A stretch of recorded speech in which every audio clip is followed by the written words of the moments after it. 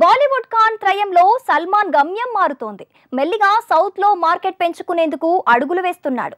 అదే సమయంలో megastar Chiranjeevi cinema పరోక్షంగా సల్మాన్ కి కలిసొస్తోంది. ఆమిర్ ఖాన్ ఆల్రెడీ అలాంటి ప్రయత్నంలోనే ఉన్నాడు.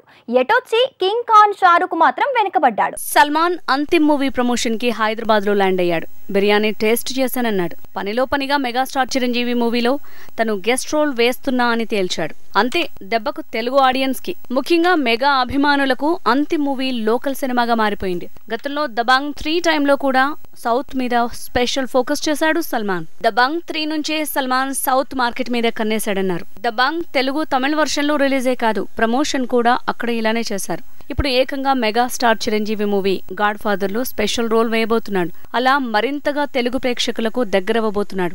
విక్టరీ వెంకటేష్ రానా కలిసి చేసే ఓ వెబ్ సిరీస్ తో పాటు సినిమాలో కూడా సల్మాన్ స్పెషల్ అపియరెన్స్ ఉండబోతోంది.